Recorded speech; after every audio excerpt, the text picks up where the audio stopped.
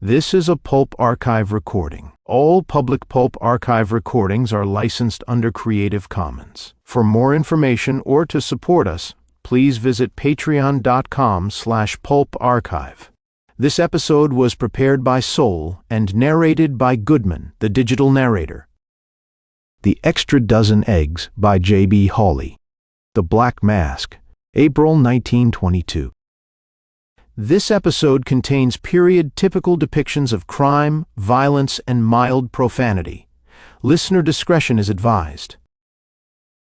The Extra Dozen Eggs by J B Hawley. The Black Mask Magazine, April 1922. I am absurd enough to believe that in 9 cases out of 10 I can determine the innocence or guilt of a man accused of a crime by looking into his face. I have looked into Gerald Grayson's face, and I do not believe that his was the hand that poured poison into Robert Marsh's wine. From his eyes, innocence shines as clearly as the sunlight shines through that window. My friend Mountford made the foregoing statement with an air almost of defiance. My impulse was to laugh at him, but knowing how sensitive he was to ridicule, I refrained. Instead, I adopted a somewhat judicial attitude. But considering the evidence, I asked, "Do you think you can convince an unimaginative jury of your young client's innocence?" Mountford answered me with a gesture of irritation. "Hang the evidence," he exclaimed bitterly. "It is more likely to hang your client than to be hung," I retorted. "Consider it. Robert Marsh died suddenly in his home on the morning of March 29. An autopsy showed that his death was due to poison taken into his system in a glass of wine. There are 4 witnesses to testify that on the evening preceding his death, he was at the home of Graham Cumberland, and with him drank a glass of wine that was poured from an almost empty decanter by the accused. These men will further testify that the wine was served by Grayson first to his host and then to Marsh, and that he himself did not take any. Cumberland is alive and well today, which does away with the supposition that the wine was poisoned before Grayson poured it. Therefore, we are left with only one conclusion, which is that between the time when Grayson had served Cumberland and his pouring the wine for Marsh, he slipped the poison into the latter's glass. My friend rose and stood in front of me, an expression of amused tolerance on his face. "You state your case, Tom," he said, with all the precision and bias of a district attorney. "Nevertheless, I tell you that Grayson is innocent.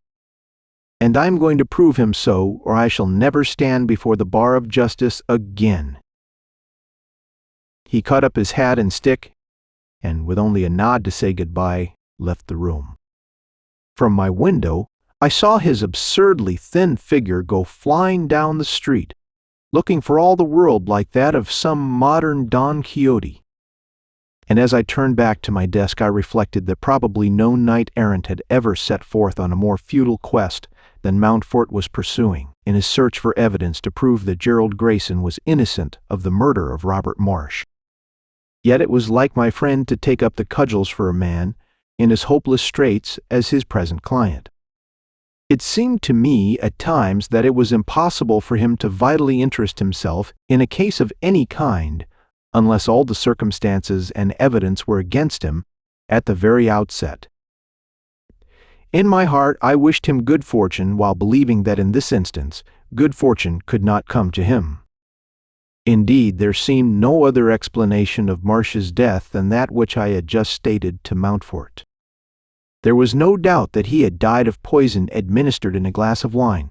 There was no doubt that the wine had been poured for him by Gerald Grayson. Could there be any doubt that the poison was mixed with the wine by the same person who poured it? And Grayson's motive for this terrible deed? It was known to every man and woman in the town. He loved and was loved, and the woman was Marsh's only daughter, who was prevented from marrying him by her father's prejudices against him. These prejudices were the result of one of those absurd feuds which still exist in Southern communities. At some remote period, the Graysons and the Marshes had been involved in a dispute over certain lands which, when taken to the courts, had been decided in favor of the former family. Since that time, the name of Grayson had been anathema to a Marsh, and succeeding generations had at different times done their utmost to bring misfortune to members of the Grayson family. It is only fair to state in favor of the Graysons that their activities in this quarrel had been directed along only defensive lines.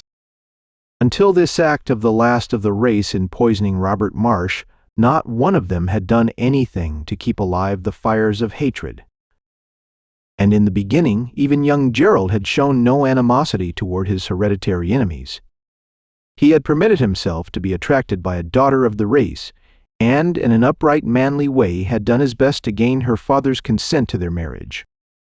Only when this consent was refused did he strike. I was not present at the gathering at Graham Cumberland's house where Grayson committed the act that would send him to the gallows, but what happened was adequately described to me by an eyewitness.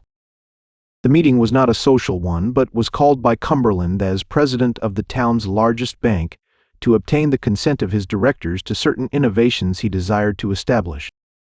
Present besides Cumberland, himself and Marsh and Grayson were Herbert Stanley, the bank's vice president and cashier; Samuel Townsend, the richest and most powerful man in the state; and Cashel Hemming, an attorney who held proxies for the absentee directors. Except by Marsh, no objections were raised to Cumberland's plan, but Marsh, who always enjoyed being in a minority and was of an unusually antagonistic disposition, fought Cumberland, tooth and nail. At moments he was positively insulting, and had it not been for his adversary's tact and tolerance of an old man's irritability, a serious quarrel might have ensued. As it was, after a great deal of argument, it was decided to hold the matters under discussion over to another meeting when it would be possible to get together a greater number of the bank's directors. It was when they had all risen to go that Cumberland, with his well-known suavity and tact, had said, "Mr. Marsh, you and I have spoken pretty plainly this evening. To show these gentlemen that our disagreement in no manner affects our personal relations, I am going to ask you to drink a glass of wine with me." He turned to Grayson, who had been sitting with his back to the buffet. "Gerald," he said, "will you oblige me by reaching into the cabinet there and getting out the decanter and glasses?" Obedient to his host's request, Grayson had brought forth a decanter, which, to Cumberland's chagrin, was seen to contain only about 2 glasses of wine. While Cumberland was offering to go into the cellar and procure more wine, and being dissuaded by the others, it was noticed that Grayson had filled 2 glasses from the decanter he held in his hand, and that he had placed the first before Cumberland and the second before Marsh. Then the 2 men drank each other's health, and the party separated for the night. At about 1:30 the following morning, Marsh awoke in his bed in frightful agony. Before his daughter could get a doctor, he was dead, too. I did not see my friend Mountford for a week after the day he left me, swearing to clear Grayson from the charge of murder, or give up practicing his profession. When at length he did come to me, he was in such low spirits that I felt sorry for him. He frankly admitted that repeated interviews with his client and with everyone who had been at Cumberland's on the night of the tragedy had brought him nothing of value for the task he had set himself. "But hang it all, Tom," he said despondently, "I know, I feel, in every bone in my body, that that boy is as innocent as you are. If only I could strike upon a sign to set me off in the right direction." "Oh, why not admit you are beaten?" I argued. "Persuade Grayson to let you put in a defense of temporary insanity and take his chances with the jury." "I'd as soon let him plead a straight and unqualified guilty. You know how the newer element in the town feels toward the old families. And it's this element that composes most of our juries. Why, the boy wouldn't have a chance." "Then forget the whole rotten business for a while. Come with me and hear Tot Walters play on her violin. Such music ought to be an antidote for anybody's troubles." Mountford did not reply to my suggestion. When I had finished tying my cravat, I turned around and looked at him. He was standing bolt upright in the center of the room, staring at me intently, yet somehow or other seemingly looking beyond me. I spoke his name. "The sign! The sign!" he exclaimed in a voice hoarse with emotion. "Gad, Tom, I think you've shown it to me. If only you have." And with no other word, he dashed from the room, leaving me to go on to the Walters concert at the Opera House alone.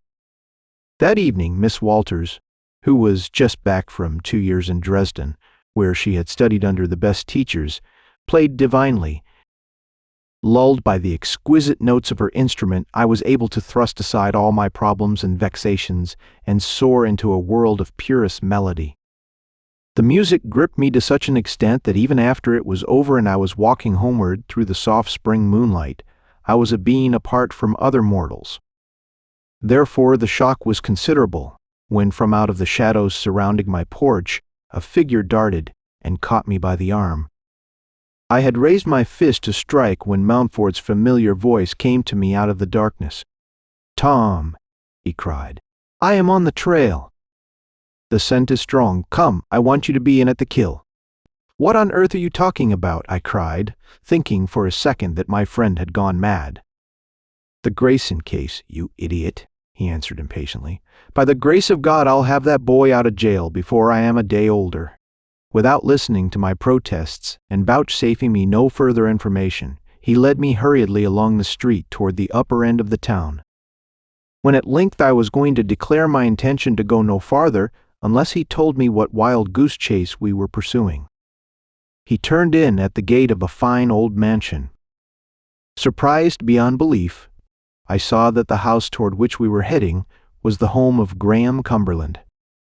"What are we doing here at this time of night?" I demanded. "Surely you've been over the case with Cumberland 100 times before this." Mountford ignored my question. Instead of answering it, he took the steps of Cumberland's stoop at a bound, and an instant later I heard his ring at the bell. The door was opened to us almost instantly, and it was Cumberland's handsome, genial face that looked out at us from the lighted doorway. "Come in, gentlemen, come in," he cried when he had recognized us. "I am very glad you have taken the trouble to look in on me. I had become so bored with my own company that I was just about to pack off to bed." He stood aside and held the door wide for us to enter. "Mr. Cumberland," Mountford said when a minute or so later we were seated in our host's library, enjoying the flavor of his cigars, "our visit is not entirely a social one. In fact, I've come to ask you a further question or so about the death of Robert Marsh. Perhaps you will bear with me when I tell you that my belief in Grayson's innocence is still unshaken, and I do not want to leave anything undone that might in any way help him." Cumberland made a deprecatory gesture. He spoke in a tone of the utmost sincerity. "No one more than myself pities that unfortunate young man. If there is anything I can tell you or do that will aid him in any way, come to me at any time of the day or night, and as often as you choose." I turned toward Mountford to see how he was impressed by our host's generous speech, and I was amazed to see him grinning almost malevolently. "Then why, Mr. Cumberland," he asked in a voice barely above a whisper, "did you purchase so many eggs on the afternoon of March 29? "Eggs?" Cumberland cried, quite rightfully startled out of his habitual calm. "What in heaven's name do you mean?" Mountford drew a memorandum book from his pocket, and with exasperating slowness turned the pages until he found the notation he was seeking. "On March 29, he read at length, "from Simon Greengrocer at 4:30 in the afternoon, you purchased a dozen eggs, which you carried home yourself." Graham Cumberland settled back in his chair and regarded Mountford with an amused smile. "We'll grant that astounding fact," he said good-humoredly. "But what has a quite ordinary household purchase of mine to do with Robert Marsh's death?" But it wasn't an ordinary household purchase. You see, just the day before your cook had purchased her usual weekly amount of 3 dozen. Cumberland shook his head and regarded my friend with a puzzled expression. "I am sorry," he said, "but I don't quite see what you are driving at. Are you suggesting that I am extravagant in the matter of buying eggs, or is it that you think eggs are bad?" No, Mountford broke in. "Not bad. I think that they are the best thing in the world for a man who has just taken a huge dose of corrosive sublimate." Cumberland literally sprang from his chair. He towered over Mountford, and for an instant I thought he was going to strike my friend. Then he fairly shouted, "What do you mean, you infernal fool?" "I mean, Cumberland," Mountfort answered with a deadly calm, "that when you poisoned Robert Marsh in order to direct suspicion away from yourself, you too drank of the deadly wine. But you had an antidote in the form of the whites of a dozen eggs ready to hand. You lived while Marsh died." Cumberland made a gesture of disgust and turned away. "You are mad, man. Stark, raving mad," he said contemptuously. "Your plan was very clever," Mountfort continued, "and had it not been for an accidental word from Tom here and a moment of inspiration that came to me when I needed it most, you would never have been found out. Grayson would have hanged for the murder you committed.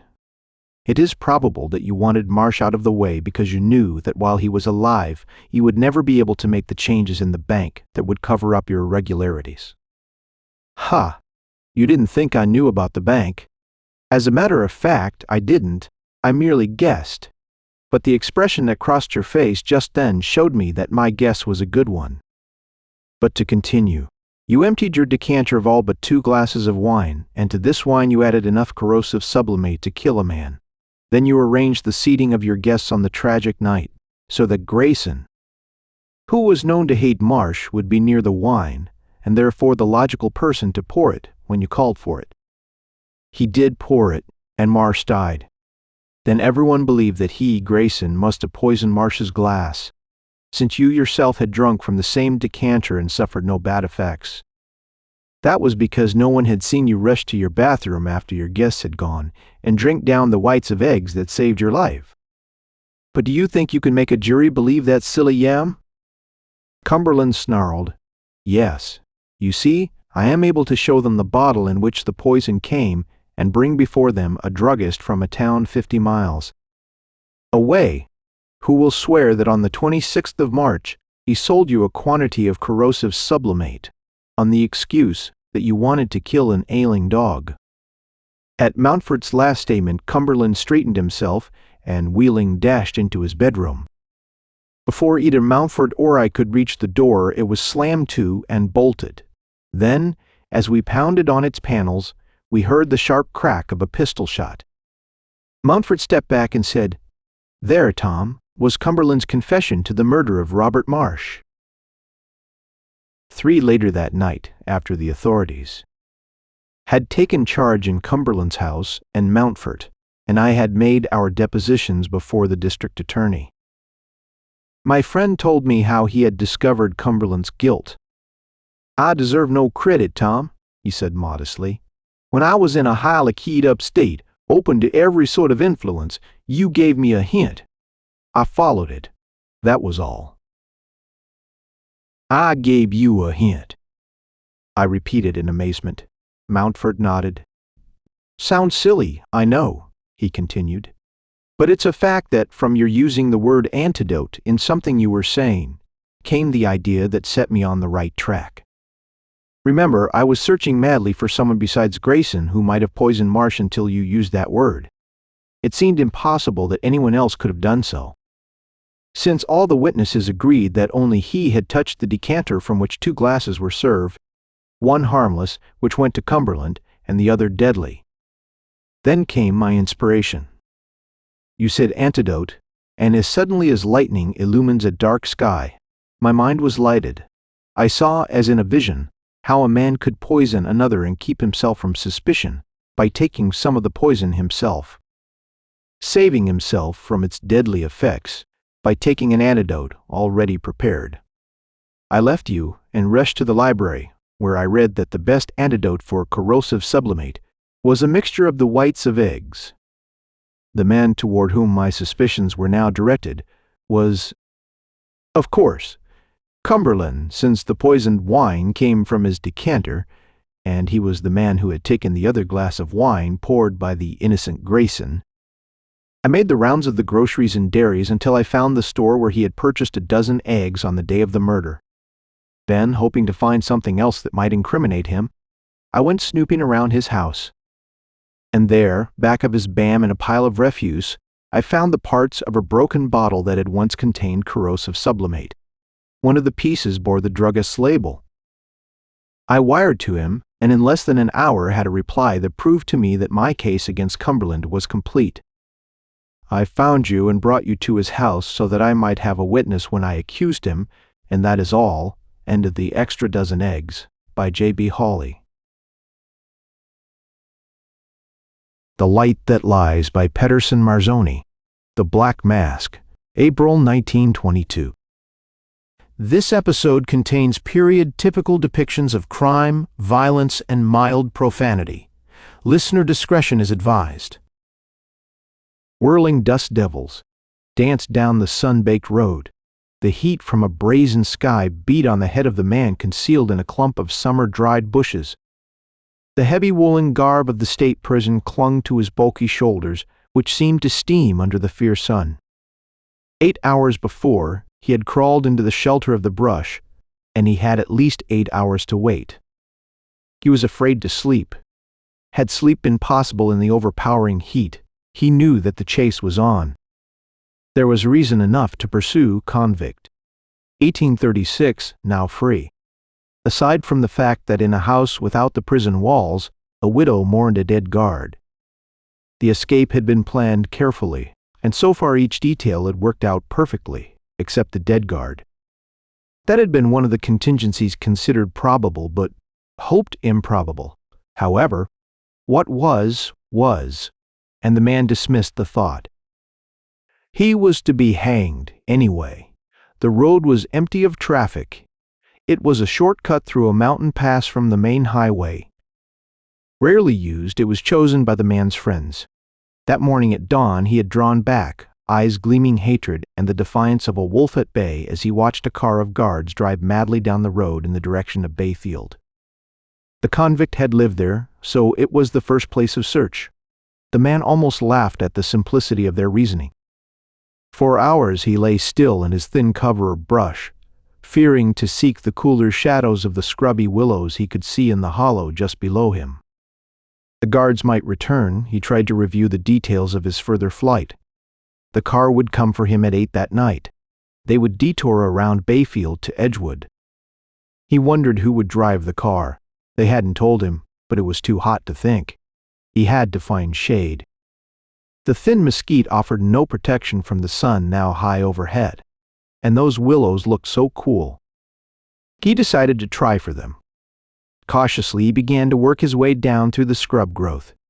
He was afraid to leave the bushes and to keep behind them. He couldn't rise to his feet. Once he slipped and rolled down a little gully. A sharp flint at the bottom gashed his head. The blood from the cut mingled with the streaked grime on his face. With oaths, he removed the spines of a prickly pear from an incautious hand. The trip of the night before was as nothing to the slow crawl through the all-too-thin fringe of brush.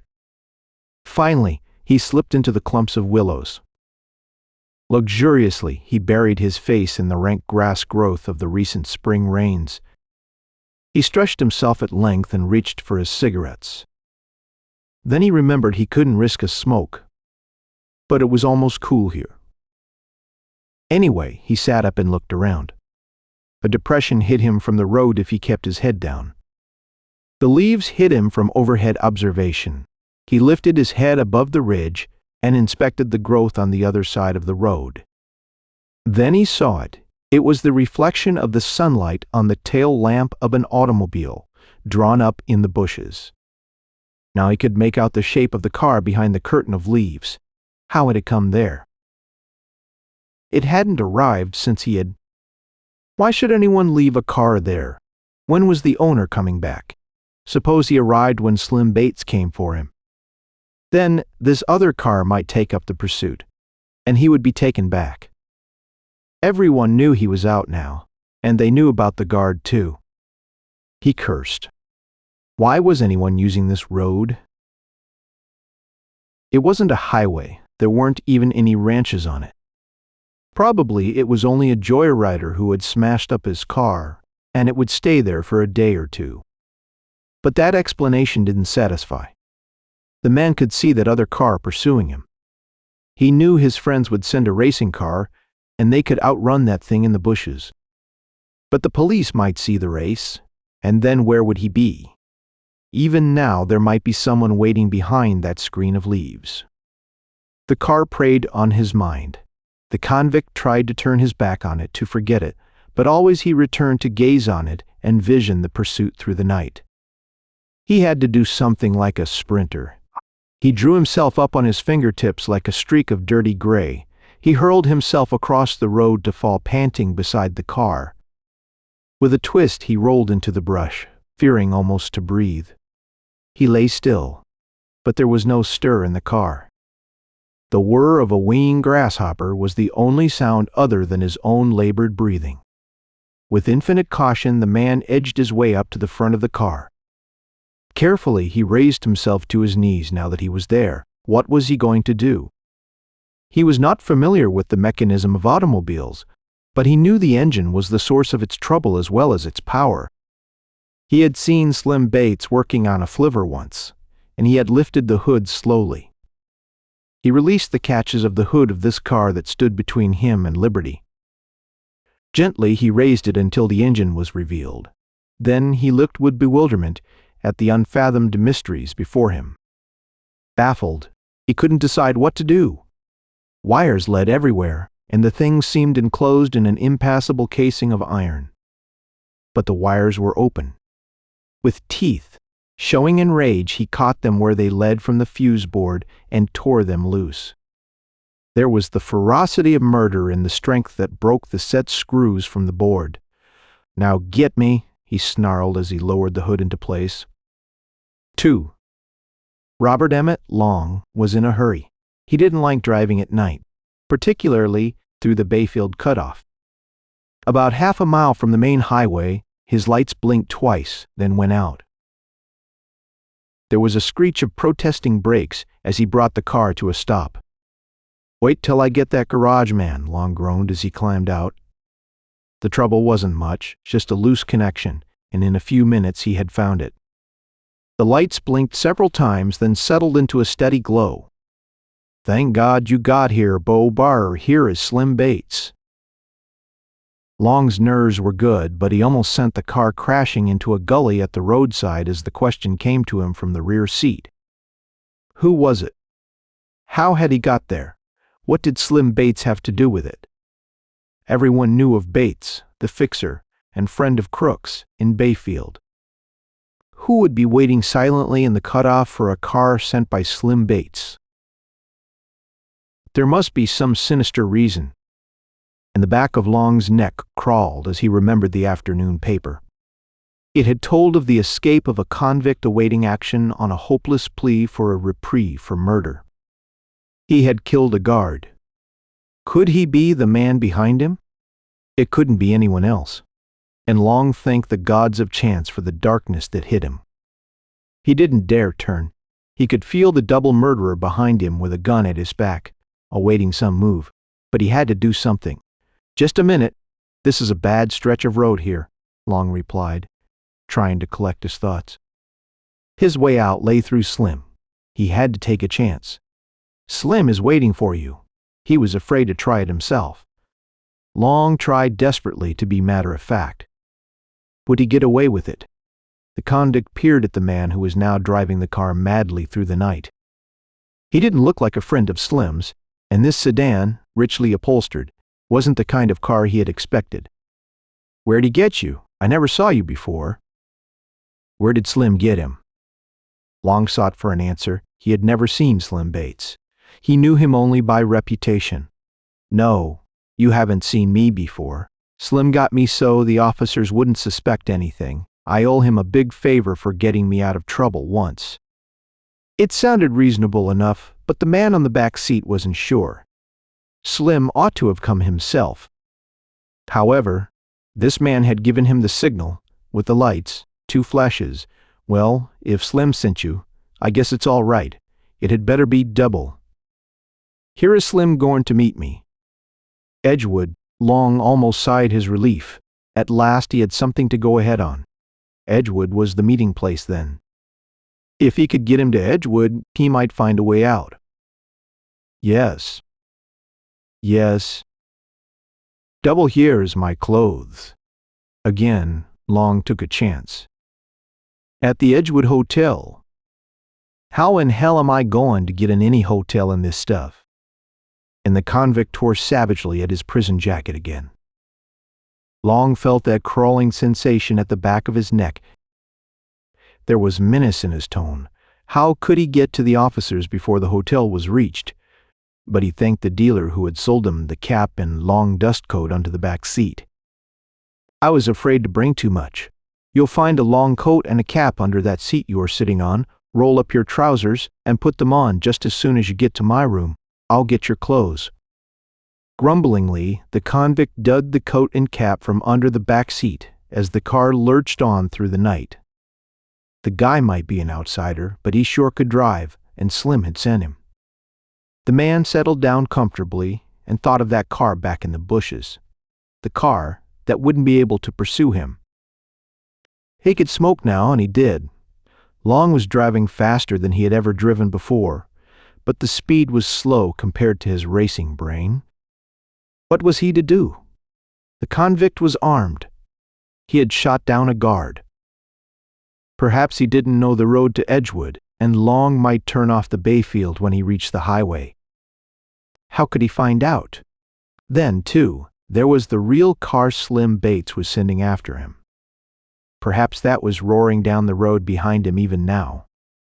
Apparently it had been due just when he arrived. He stepped on the accelerator as the car started to climb the last grade where the cutoff joined the main highway. The lights of Edgewood would be in sight then, and he would have to decide quickly whether to try the run for Bayfield. The car reached the top of the grade and shot down the road at a speed that drove the convict against the back of the car. "Slow down, Bo, slow down," came the harsh command from the back seat. "Do you want one of these Bayfield speed cops stopping us? They used to hang around here." Long's question was answered. He had to keep on to Edgewood. The man on the rear seat stirred uneasily. Why was Slim getting so careful? And if he couldn't come himself, why did he have to pick an outsider? This one could drive all right, but he didn't like it. He'd tell Slim so when he met him. "Where'd you say Slim was going to meet me?" he asked again. "At the Edgewood Hotel. I will have to go for him." Long had to stick by his story. The convict didn't like the idea of the hotel. Why didn't Slim pick out one of the regular hangouts? "How you going to get me in that hotel?" "I can't go through the front.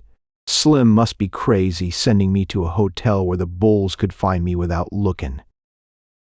Why had Slim picked out a hotel? It didn't seem natural. Again, Long took a chance. "A hotel is just a place they wouldn't look for you. It's too public. I'll take you up the back way and have everybody asking why." "No, you don't." "No one will see you but the porter, and he knows me. I live there." If he could get the man to his room, he might find a way. That menacing tone behind him had driven out any thought of attempting to hail an officer. "Well, see that you keep to the dark streets. I don't like this much." And the convict's tone carried dread. They were in the outskirts of Edgewood, and the man on the back seat pulled the cap down over his eyes and huddled into a corner. His eyes never left Long's hands as they gripped the steering wheel. He wasn't quite sure of this driver, even though he talked so smoothly. And Long gave up hope of being stopped by a policeman. That first caution about driving had been sufficient. He was going carefully now. Through side streets and up alleys he drove, and he twisted and turned by devious ways. Long could not shake off the thought of Slim Bates following close behind. Finally, he brought the car to a stop. In an instant, the convict was leaning over him, and Long's vision of the revolver at his back was a reality. "What are you doing?" he demanded. A nameless iron door showed under the glare of a light. Iron doors meant barred windows to the man who had done murder to escape them. And there was murder in his voice now. "This is the back door of the Edgewood Hotel." And Long struggled to keep his voice steady. "Wait until I get the porter. Don't you leave me. Just knock until he comes." So Long knocked and prayed that no questions would be asked by whoever opened it. Eventually the knock was answered, and a man stuck his head out.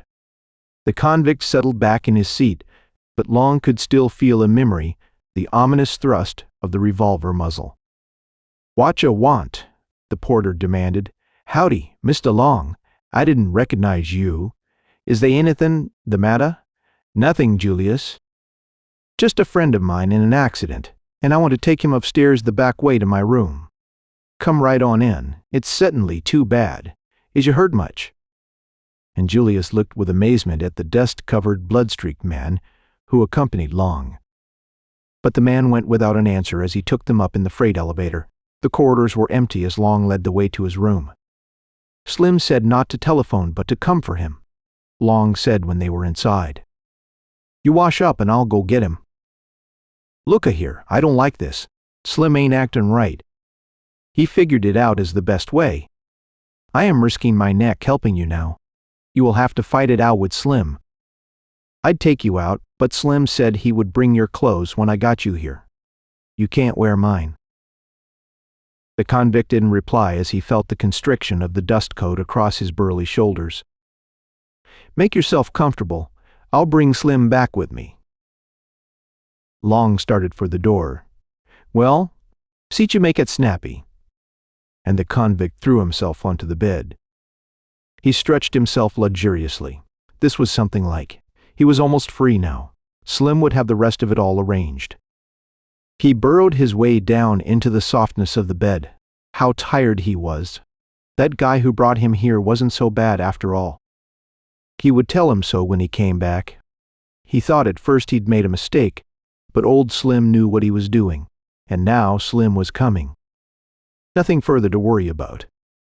A knock on the door roused him from a doze. Sleepily, he rose to his feet.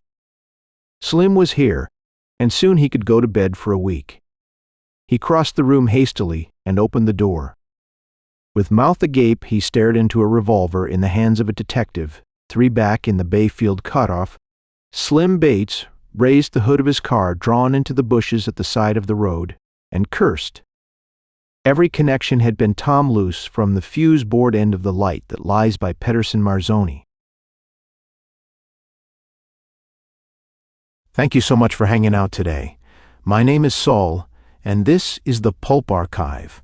Now, if you had fun, I'd appreciate it if you could like, subscribe, comment, and share. That stuff really helps. And like most stories we cover here, today's was recommended by you. So, if there's a story you'd like to see, send us an email at pulparchivelibrary@gmail.com. We'd love to cover it. If you'd like to support the podcast and keep us going, consider subscribing to our Apple channel or becoming a member on Patreon. Just visit patreon.com/pulparchive. For as little as $5 a month, you'll get access to all our podcasts and private explicit episodes that wouldn't be allowed publicly. We feature almost every genre of pulp fiction: horror, detective, western, and even sports. Special thanks to our patrons who make the podcast possible and make every episode of the Pulp Archive happen. Every episode is dedicated to our Patreon members. I truly could not do this without you.